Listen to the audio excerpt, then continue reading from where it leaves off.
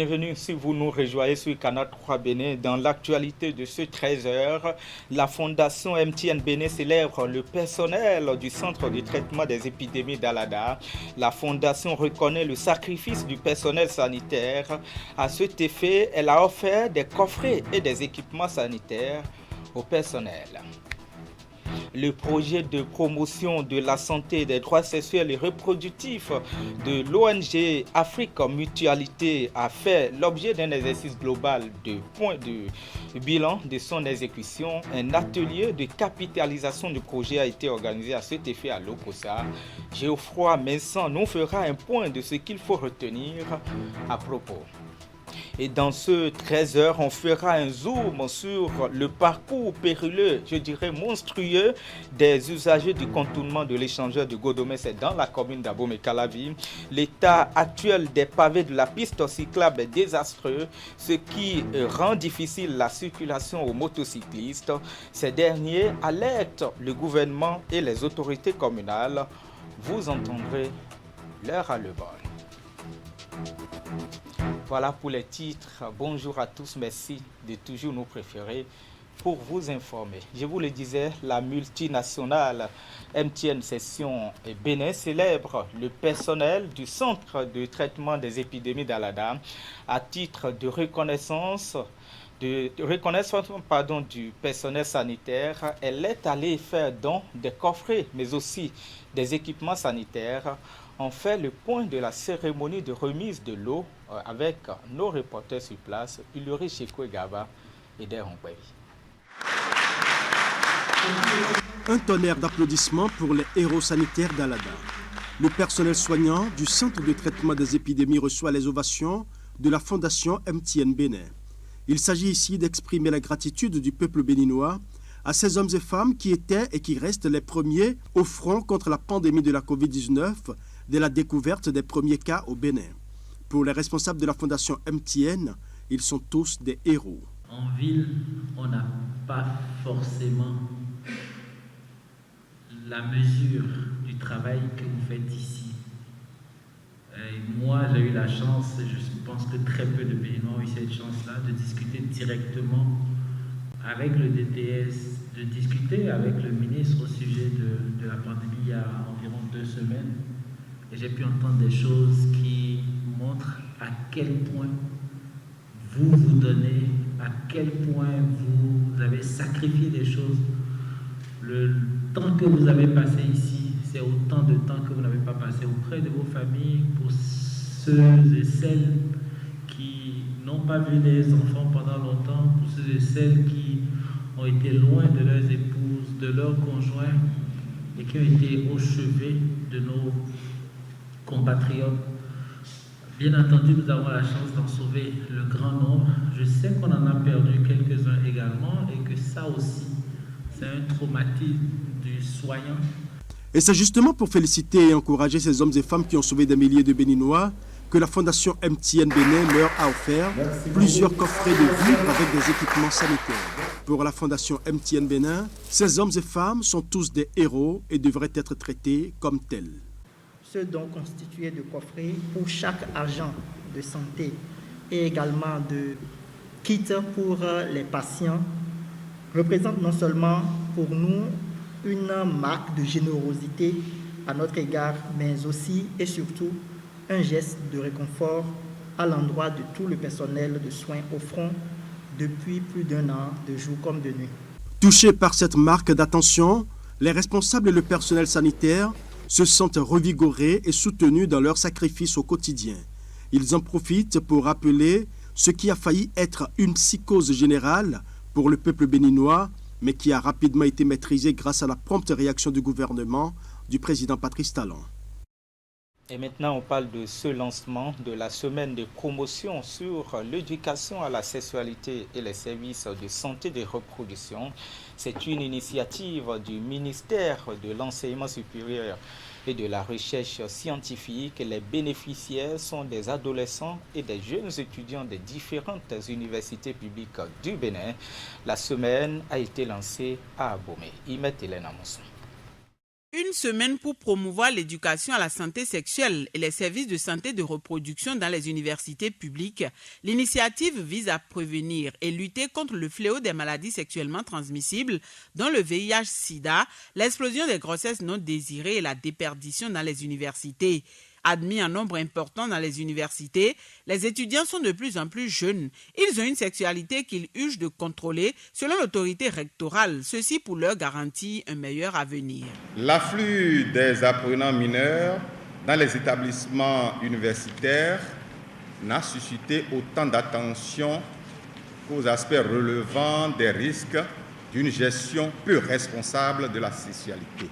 C'est donc une autre manifestation de la sollicitude envers la jeunesse estudiantine qui est mise en route à travers la mise à disposition d'informations utiles et indispensables pour une vie sexuelle responsable. Vous obtenez le baccalauréat, parfois avant l'âge, c'est-à-dire avant 18 ans, prescrit par les tests.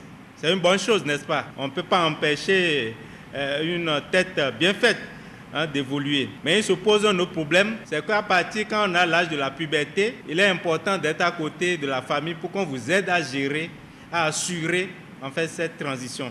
La semaine est organisée au profit des adolescents et jeunes étudiants dans les universités publiques. Elle découle du programme sectoriel de lutte contre le VIH-Sida, la tuberculose, le paludisme, les hépatites, les IST et les épidémies en milieu de travail du ministère de l'Enseignement supérieur. Au terme de la campagne qui démarre à travers la présente mobilisation, il est attendu que les capacités de 600 étudiants soient renforcées en santé de reproduction, mais également sur l'accès aux services de santé de reproduction disponibles dans les 4 universités publiques du Bénin. Pour l'atteinte des objectifs, la secrétaire générale adjointe représentant la ministre a sollicité l'engagement des uns et des autres pendant les 7 jours de campagne. Il s'agit donc pour nous, à travers cette campagne, de renforcer les connaissances des étudiants sur la santé sexuelle reproductive des adolescents et jeunes.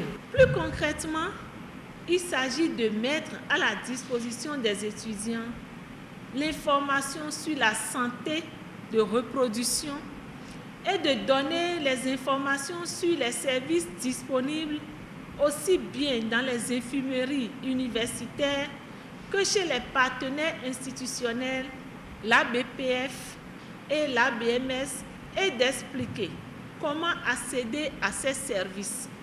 Lancé ce jeudi à l'Université nationale des sciences, technologies, ingénierie et mathématiques UNESTIM d'Abomey, l'initiative est appuyée par l'Association béninoise pour la promotion de la famille ABPF, l'Association béninoise pour le marketing social ABMS, ainsi que le Fonds des Nations Unies pour la population UNFPA.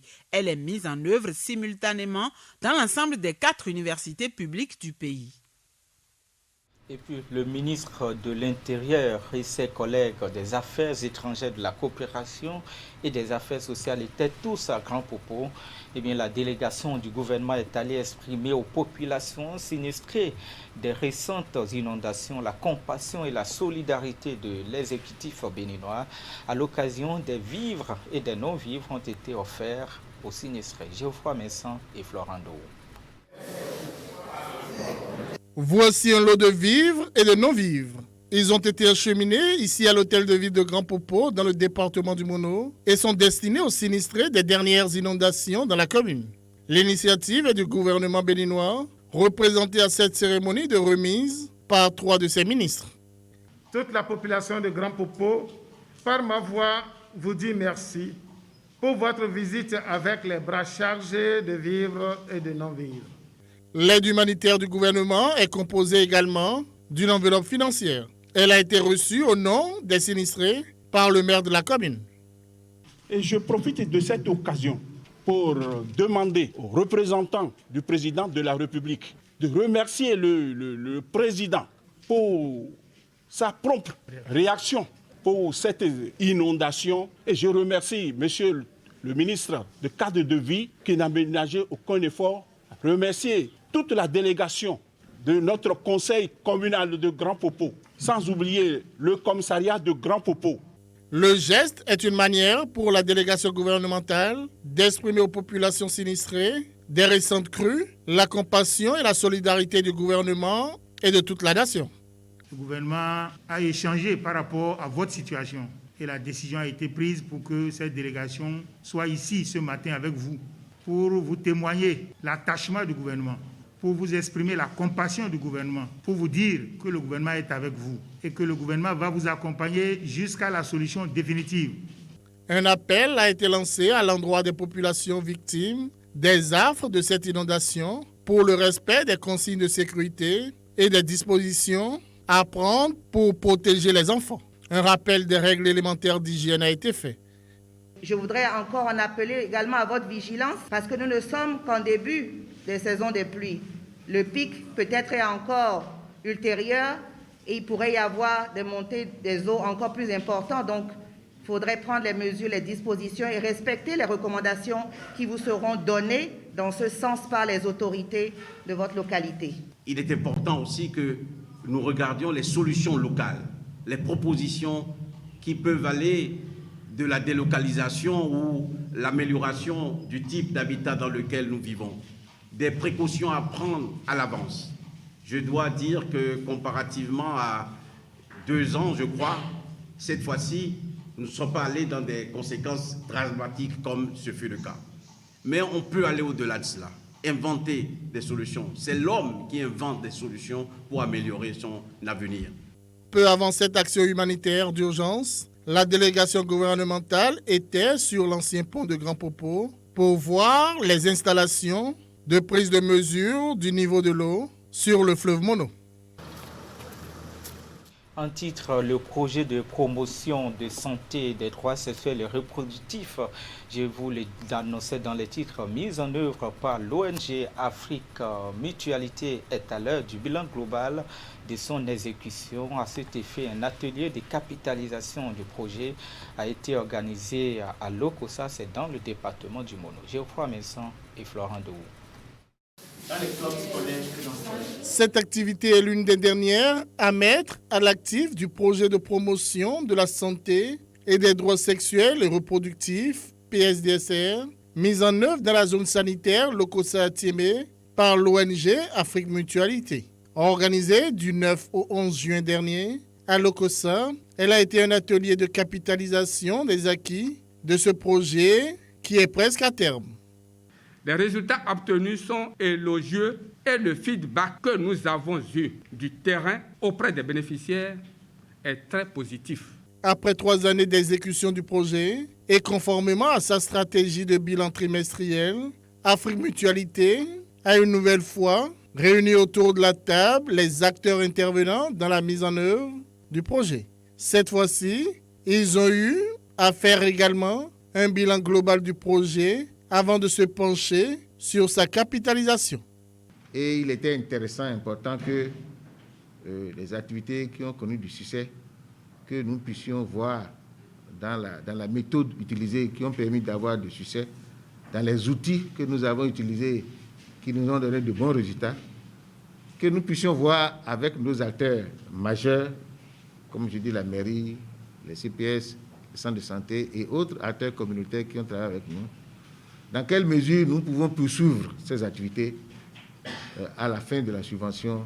Parmi les activités phares effectuées au titre du projet figurent les dialogues réflexifs sur les thématiques de la santé, de la reproduction et les compétitions annuelles entre les clubs de jeunes sur les connaissances attitudes en santé, de la reproduction des adolescents et jeunes, SRAJ, et sur les jeux ludiques au Bénin.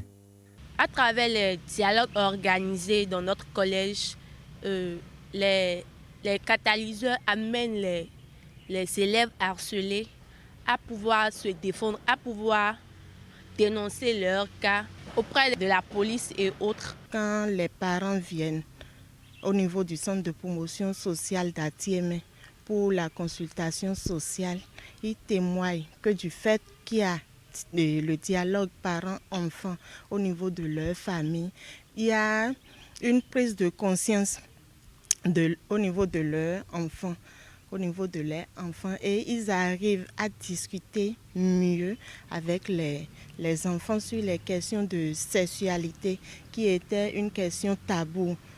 La principale mission de l'ONG Afrique Mutualité est d'œuvrer à la protection sanitaire et sociale et au développement des populations africaines. Il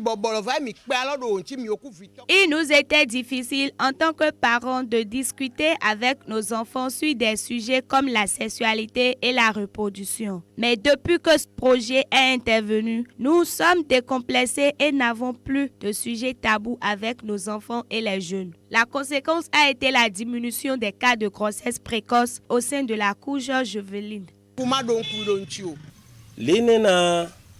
Je ne peux que remercier le projet PSDSR dont la mise en œuvre a permis à la commune d'Atiémé d'avoir une diminution des cas de grossesse précoce et des cas d'infection. Je souhaite que Afrique Mutualité et Caire Bénin nous reviennent plus aguerris pour continuer le travail qu'ils ont déjà entamé dans la commune de Lokossa. Le PSDSR est une initiative du consortium ABMS, ABPF et Caire International Bénin Togo. Son financement est assuré par l'ambassade du Royaume des Pays-Bas et le gouvernement canadien. D'une ONG à une autre, l'ONG Éleveurs sans frontières Bénin va former et accompagner 25 jeunes filles en cuniculture et 5 autres en transformation et commercialisation de la viande de lapin au Bénin. Eh bien, l'objectif est de sortir les bénéficiaires issus des familles dites vulnérables de la précarité tout en espérant un véritable changement de leur vie par l'élevage des lapins. Le projet en question a été lancé mercredi dans la commune de Zakota. Imet Hélène Amousson pour les détails. La cuniculture pour sortir 30 filles de la précarité. Le projet est mis en œuvre par l'organisation non gouvernementale Éleveurs sans frontières Bénin ESFB. Les bénéficiaires sont des jeunes filles de 15 à 22 ans. Ce sont des personnes ayant décroché du circuit formel de formation et d'apprentissage, celles victimes de violences et des orphelins sans soutien familial. Le projet prend en compte la construction de 25 bâtiments d'élevage au profit de ces jeunes filles, la fourniture de 200 lapins géniteurs, la fourniture d'aliments pour l'alimentation des animaux au démarrage. La dotation en équipement, la formation et l'équipement de 5 vaccinateurs villageois pour assurer la veille sanitaire, la construction d'un aire d'abattage de lapins, le suivi médico-social individualisé des 30 jeunes filles par une clinique de la place. Prévu pour durer 6 mois, le projet in fine va permettre de sortir les bénéficiaires de la précarité, d'opérer un véritable changement dans leur vie par l'élevage de lapins, évalué à un coût global de 24 559 146 francs CFA. L'initiative est financée à 53% par l'ambassade de France, 27% par Élevage sans frontières, 18% par Éleveurs sans frontières Bénin et 2% par les bénéficiaires. Plusieurs autres partenaires apportent leur expertise sur le plan technique. Cridel ONG s'est engagé de les amener à comprendre l'importance pour eux de se mettre ensemble pour des résultats plus probants en vue de leur plein épanouissement et de connaître le rôle de chacun. À l'endroit des bénéficiaires, je dirais seulement qu'il faudrait qu'elles aient de l'engagement. Le lapin est très propre, donc il faudrait que vous soyez prêts à rendre cet élevage aussi propre que possible, surtout avec la maladie que nous gérons actuellement, qui est l'épidémie à virus hémorragique du lapin. Pour sa pertinence et son originalité, le projet figure parmi les projets innovants des sociétés civiles et coalitions d'acteurs PISCA. Pour cette édition 2021, tout comme par le passé, l'ensemble des parties prenantes ont rassuré de leur engagement et de leur disponibilité à œuvrer pour l'atteinte des objectifs. On vous apprend encore la transformation. Or, dans notre commune ici, nous n'avons pas encore un lieu d'abattage de lapins. Donc je vous remercie beaucoup, monsieur le directeur, pour avoir porté ce plus aux 30 foyers de Zakota. L'ONG Élevage sans frontières fait partie des meilleures ONG qui ont élaboré des projets innovants. Nous sommes très contents. Le souhait de toutes les parties prenantes est que chacun joue réellement sa partition. En plus du suivi technique et des conseils d'orientation, les 30 filles bénéficiaires auront aussi droit, sur la période de mise en œuvre du projet, à une éducation à la santé sexuelle et reproductive, à des sensibilisations, de même que des accompagnements personnalisés. Éducation dans ce 13h, 48 heures. Après le démarrage de la phase de correction des copies du BEPC session de juin 2021, eh bien, le ministre de l'enseignement secondaire Yves Tchabi-Kouaro s'est rendu au centre de correction de ce Nati Tengu. Objectif, constater l'évolution des travaux de la phase de correction qui a débuté le jeudi 24 juin 2021. Regardez. Le ministre Tchabi Yves Kouaro au CG1 de Nati Tengu ce vendredi matin. 48 heures après le démarrage de la correction des épreuves écrites du brevet d'études du second cycle BEPC, session de juin 2021, l'autorité ministérielle est venue s'assurer du bon déroulement de cette opération dans l'unique centre de correction de la Takora. Face à ces enseignants correcteurs rompus à la tâche, l'exhortation à la rigueur et à plus de responsabilité sera le maître mot du ministre de l'enseignement secondaire et de la formation technique et professionnelle. Je suis arrivé constater que vous êtes là et que vous êtes au travail. C'est ce que j'ai vu. Je sais que vous faites le travail avec tout le sérieux possible et je sais que vous êtes conscient que les candidats ont le droit de réclamer. Et de plus en plus d'ailleurs, nous recevons beaucoup de réclamations. Alors faites en sorte que la confiance que nous avons en vous soit confirmée. Parce que s'il y a des réclamations et que les réclamants ont raison, ce n'est pas une bonne chose. Démarré le jeudi 24 juin 2021, après les travaux du secrétariat, la phase de correction des copies du BEPC se déroule ici sans anicroche, au dire du chef centre. Il n'y a pas de difficulté particulière, tout se passe bien. En tous les cas, il n'y a pas de difficulté qui puisse échapper à nos compétences. Donc la correction se déroule normalement.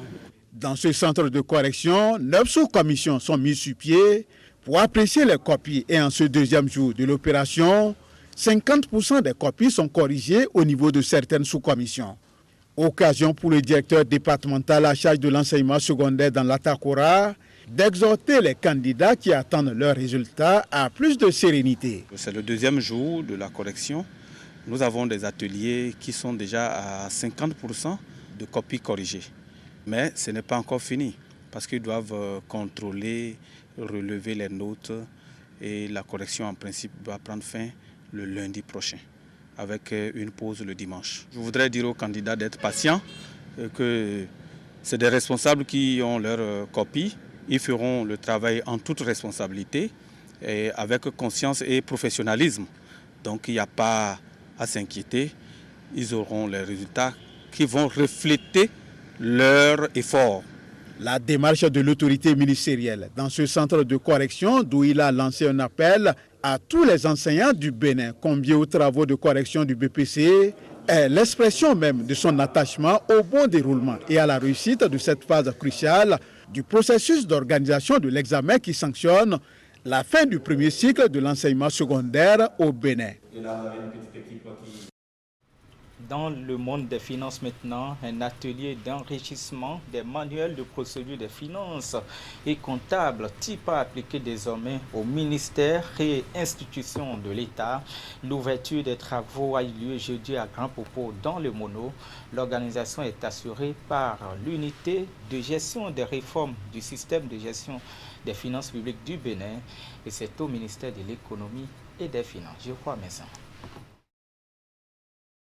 L'hôtel Bel Azur de Grand Popo accueille pour 3 jours des acteurs de la chaîne de dépenses des structures étatiques. Ils sont ici pour profiter du calme et de l'atmosphère de cette station balnéaire située au sud-ouest du Bénin pour réfléchir et faire des propositions d'enrichissement du manuel de procédure financière et comptable type à appliquer dans les ministères et institutions de l'État.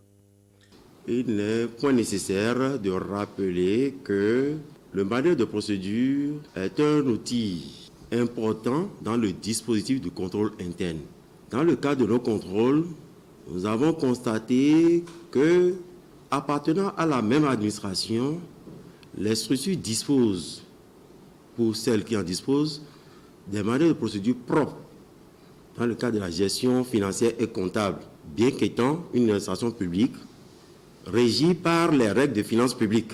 Nous avons également constaté dans certaines structures qu'il n'existe même pas un manuel de procédure.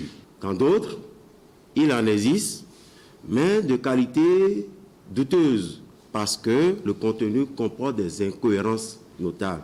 Ce qui nous réunit ce matin, donc, nous permettra d'améliorer le document qui a été élaboré par un cabinet commis à cet effet, puisque nous tous qui sommes ici, nous sommes des sachants et notre participation, je suis convaincu, permettra d'apporter une valeur ajoutée au document précédemment élaboré. Le manuel de procédure en cours de toilettage avait été élaboré l'année dernière. L'atelier est organisé par l'unité de gestion des réformes du système de gestion des finances publiques, UGR, une structure rattachée au ministère de l'économie et des finances. Les résultats attendus permettront d'harmoniser les pratiques en matière de gestion des deniers publics. Je voudrais exprimer ma profonde gratitude à l'endroit du cabinet attributaire de cette prestation et de toutes les parties prenantes à la production et à la finalisation de ce document, combien important pour la gouvernance administrative et financière de notre pays. Par ailleurs, je suis convaincu de la disponibilité habituelle de chacun selon son domaine, durant ces 2 jours, à accompagner cette réforme en vue de la production d'un manuel de procédure définitif qui sera soumis à l'approbation du Conseil des ministres. Le but du travail confié aux participants à cette rencontre est l'harmonisation des procédures ainsi que la traçabilité des ressources et des dépenses publiques. La rencontre va aussi contribuer au renforcement du dispositif de contrôle interne en matière de gestion des finances publiques. Plusieurs communications vont meubler les travaux.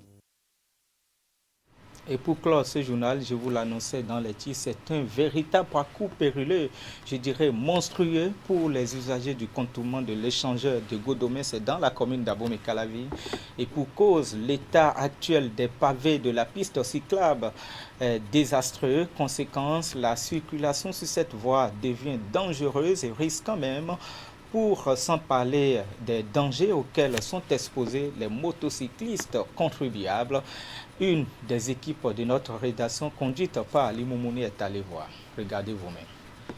Il devrait être planté ici un panneau sur lequel sera inscrit « Rouler au pas ». Mais hélas, et même sans, les usagers de la piste cyclable de l'échangeur de Godomé réduisent convenablement leur allure face aux ralentisseurs de fortune de cette voie. L'état actuel des pavés de ce contournement laisse place à une suite de dos de chameaux qui s'installe sur plus de 100 mètres. L'état de la voie, là, vraiment, on pense que c'est quelque chose à revoir parce que c'est gâté complètement. Vous voyez, non? Et ça n'a pas d'espoir. Quand tu es sur Vivali, tu es sur moto ou tu es sur voiture, ça peut causer d'accidents, d'énormes accidents. Vous voyez un peu, non? L'état de cette voie, bon, ça fait partie des éléphants blancs de notre arrière-papa. Ouais, c'est un chantier que le papa est venu inaugurer, mais c'est comme ça s'est retrouvé enfin. Si cela profite aux vendeurs de friperies installés sur le trottoir, l'état de cette piste cyclable n'est pas sans conséquences. Des difficultés liées à la conduite en passant par l'impact sur les engins, les usagers dénombrent assez de risques quand il s'agit d'emprunter cette route. Ah, ici on ne circule pas comme ça. Ah, tu risques de couper ton truc là, ton moteur. On ne circule pas comme ça ici, on a des difficultés tellement, surtout dans la nuit. Une fois que la voie n'est pas bonne, les bandits viennent s'arrêter. Vous voyez bien, non? Ils profitent de l'état de la voie pour pouvoir semer les scandales. Vous comprenez, non? Et parfois, il y a des choses aussi, quand vous prenez le client, il y a le colis qui tombe. Vous voyez bien, non? Au fur et à mesure que vous voulez vous arrêter pour prendre, il y a quelqu'un qui vient déjà, il prend, il disparaît. Et si la voie était bonne et tout le monde passait librement, ces problèmes-là n'allaient pas se poser. Réhabilitée à plusieurs reprises, cette piste continue de donner du fil à retordre aux usagers. Dos d'âne, trous immenses et crevasses, c'est tout cet ensemble qui crée le casse-tête des motocyclistes du tronçon échangeur de Godomé-Calavi. La qualité est dépréciable et est dépréciable. Est-ce que vous voyez? Donc si nous pouvons assumer à la responsabilité et à une meilleure amélioration, puisque la voie a été réparée une fois. Vous voyez, donc nous ne voulons plus les arrangements de qualité Moyen Âge. Est-ce que vous voyez? Nous voulons une qualité exceptionnelle, telle que le président le fait.